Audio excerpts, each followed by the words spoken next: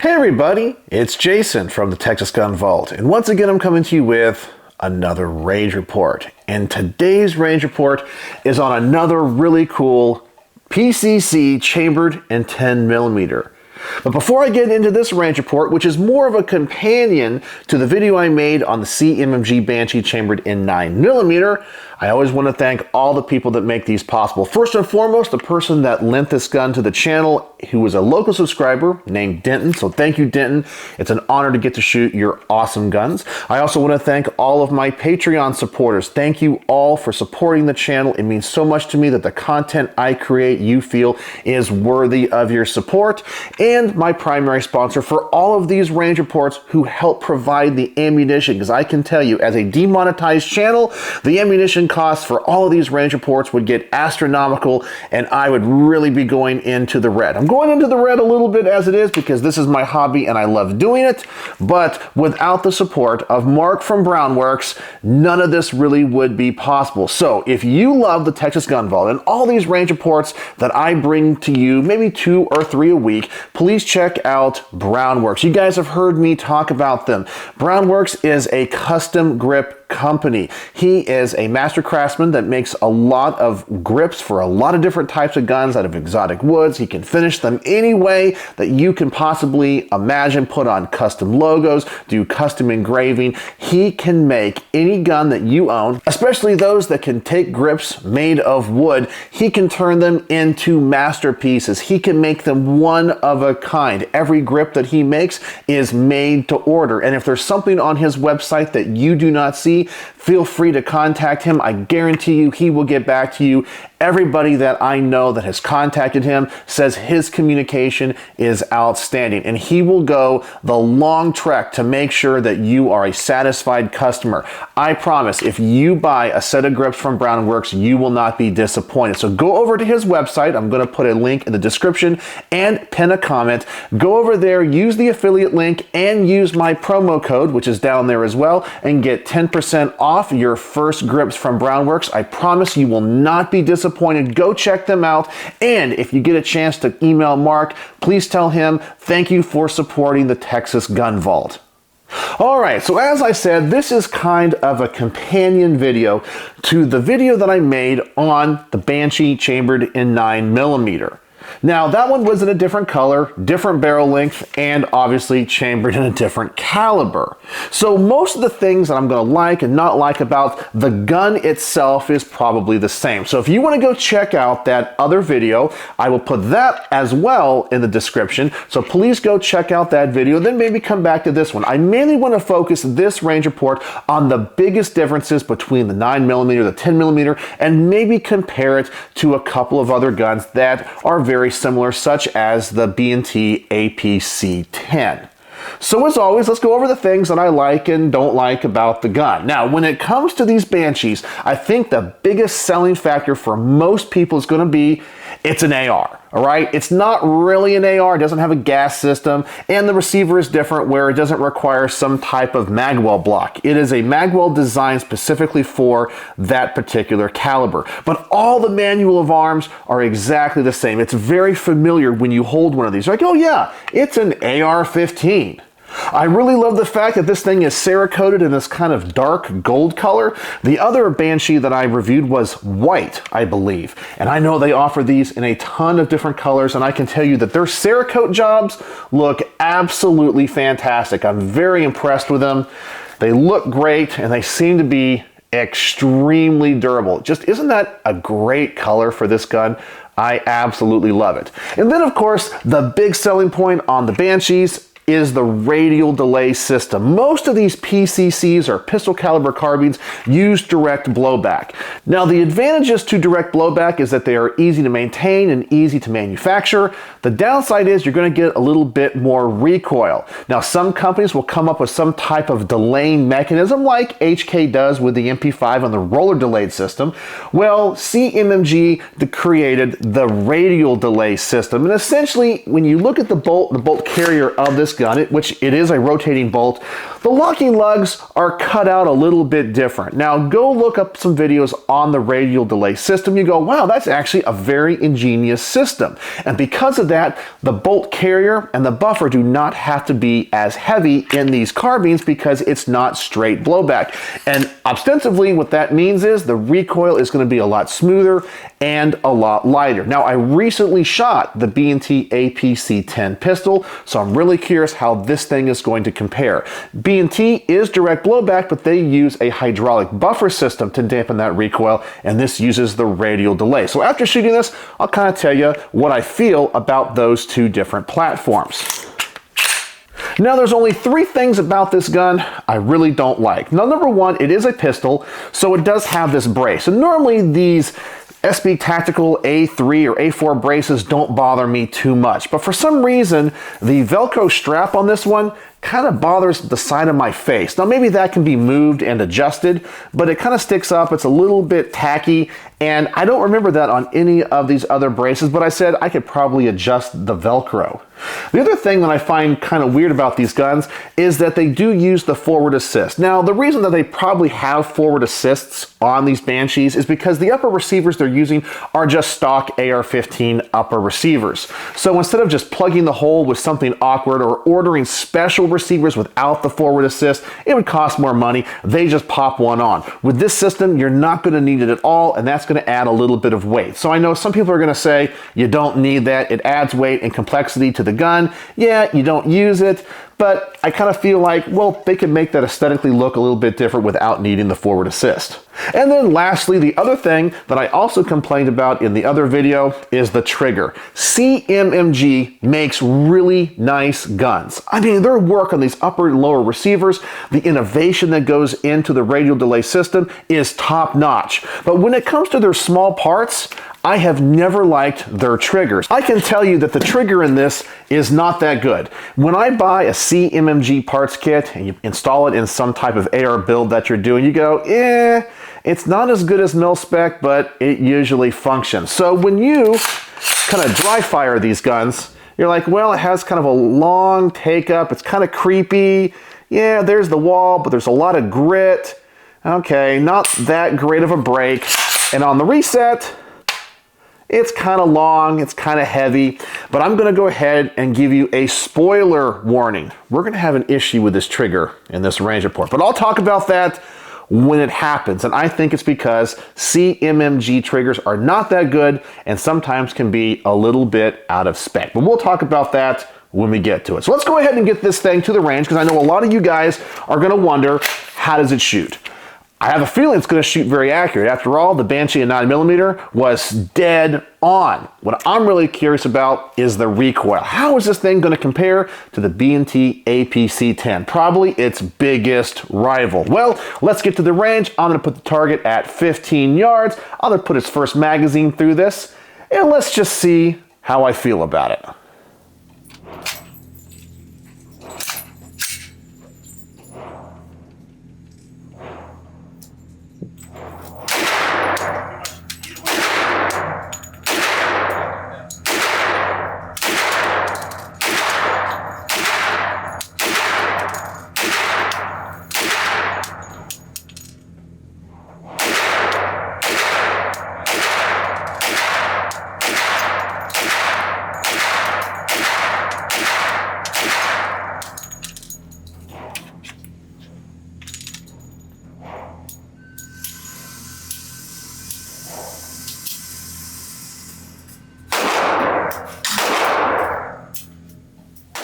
All right, so let's talk about the obvious. This gun is super accurate. Now I know some people are gonna ask, what optic am I using? This is a Trijicon MRO, and it was also provided with the gun by Denton.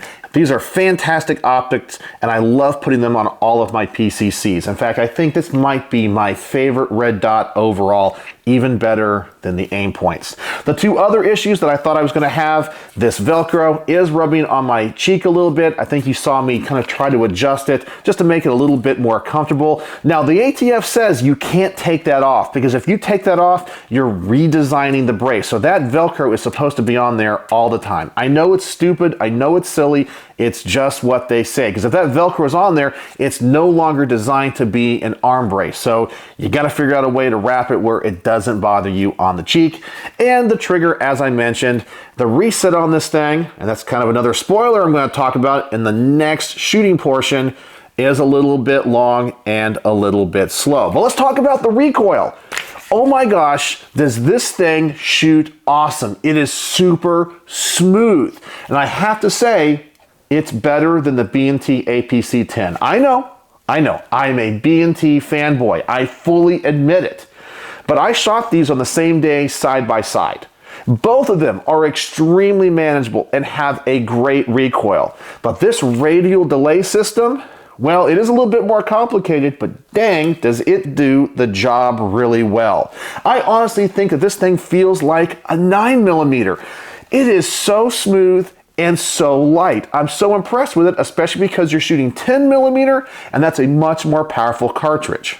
All right, so let's move on to what I call the accuracy portion. Essentially, I'm at a 25-yard indoor range. I'm gonna put the target out as far as I possibly can. I'm now gonna aim for the right side of this target and see what type of grouping I'm going to get. I'm expecting this thing to do a stellar job, just like its 9mm counterpart. With this optic, I'm expecting about the same small group. But here's that spoiler warning. You're gonna see me mess with this trigger. I'm gonna have some problems with it. But after this, we'll talk about the accuracy, and I'll talk about what I discovered about this trigger.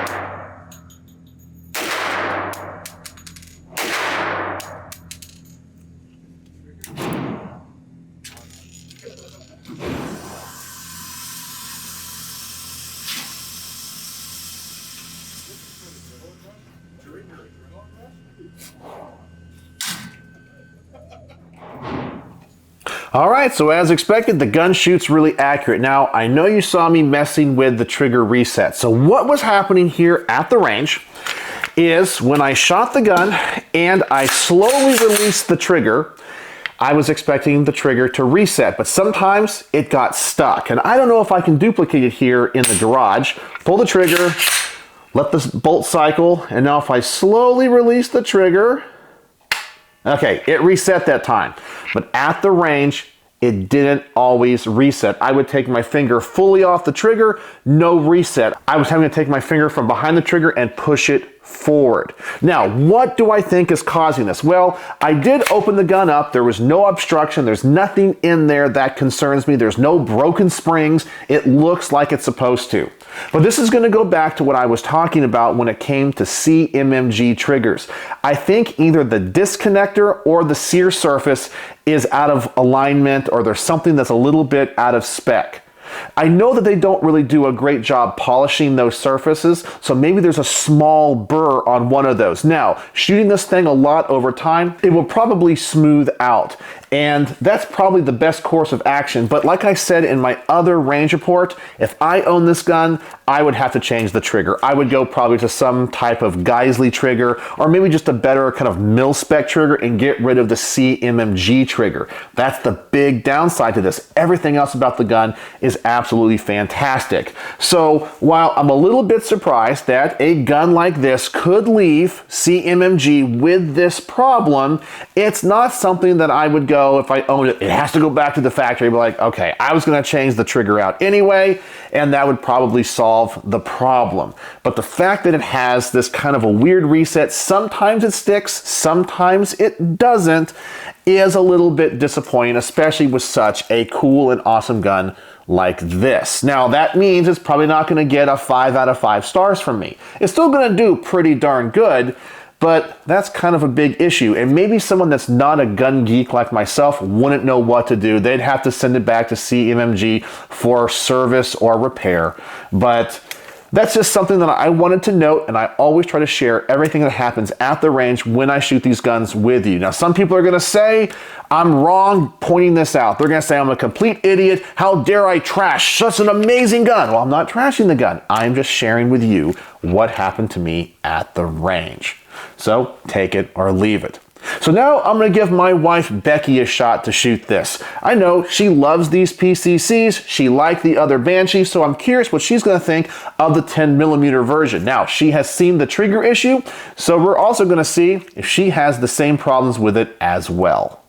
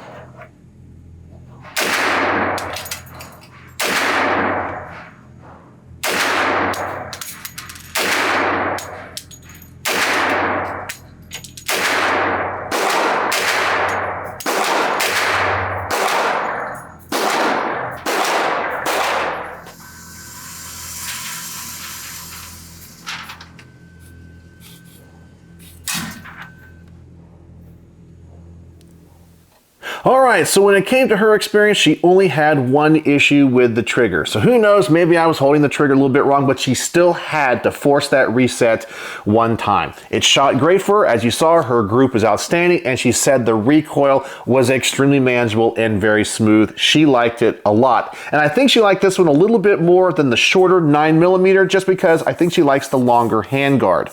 So the other thing she did mention as well is the Velcro. It did rub on her cheek as well. She didn't like that, and probably if I own this gun, it would probably get a tax stamp and SBR'd, and I would put a proper stock on this, and that would alleviate that issue. But she really liked it, and once again asked, does it come in pink? Who knows, maybe they do. Well, let's get on to the next portion of this range report, and this is going to be the last shooting portion, because I can tell you off camera, I put some more magazines through this and I was still having a lot of trigger reset issues. So trying to do mag dumps with this gun is not going to be very successful, but I'm going to try to do a defensive use. Essentially, I'm going to set out one of those targets that has a right and a left target on it. I'm going to go back and forth between the two, kind of in a defensive use, doing some double, try to do some triple taps, try to shoot it as fast as I possibly can. I might have a little bit of trigger problem, and this reset is going to be a little bit on the slow side, but I want to see if I can just do fast target acquisition and see if it can run.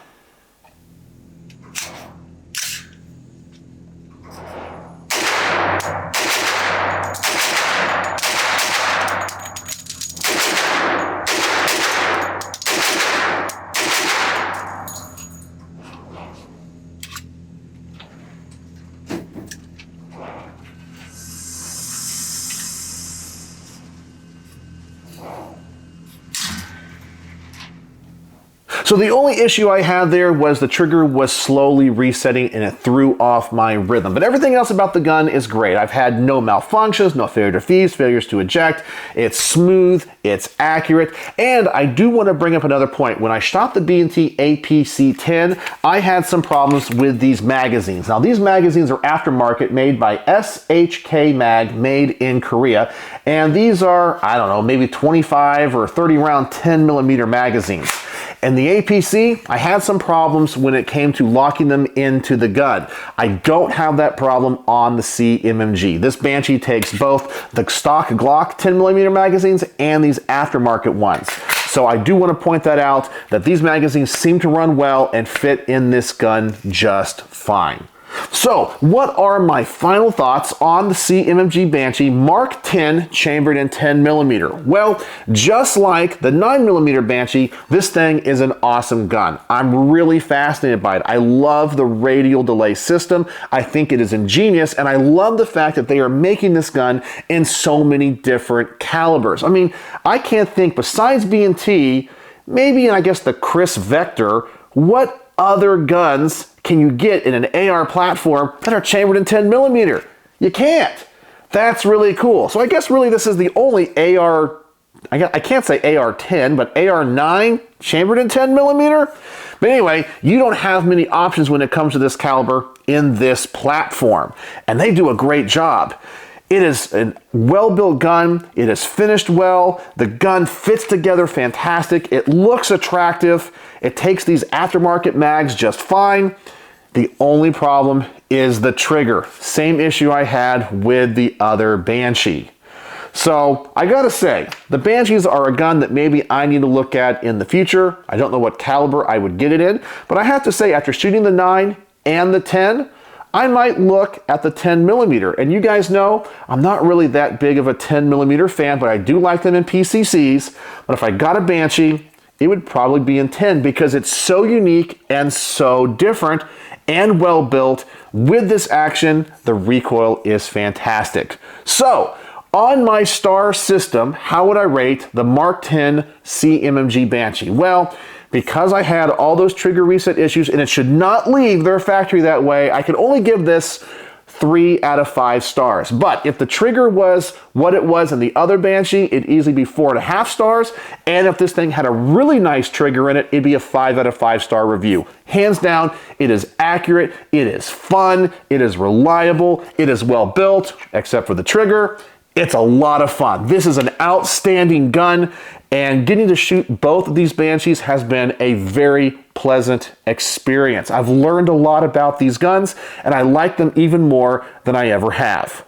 It just sucks that if I own this, I'd have to go drop another $100, $150 to get a better trigger. I think they should just offer this with a better trigger from the factory. When everything else is so well built, come on guys, put a better trigger in this, or at least test them at the factory, or do a little bit of polish work to make that a nice trigger pull, because this thing would be just an amazing, amazing gun out of the box with that. But because of that trigger issue, you gotta replace it. So there you go, my thoughts, opinions, and experiences with the Mk10 CMMG Banshee. Do you guys own one of these? Have you ever fired a Banshee in 10mm or used the radial delay system? I would love to know your thoughts in the comments section below. And as always, thanks for watching.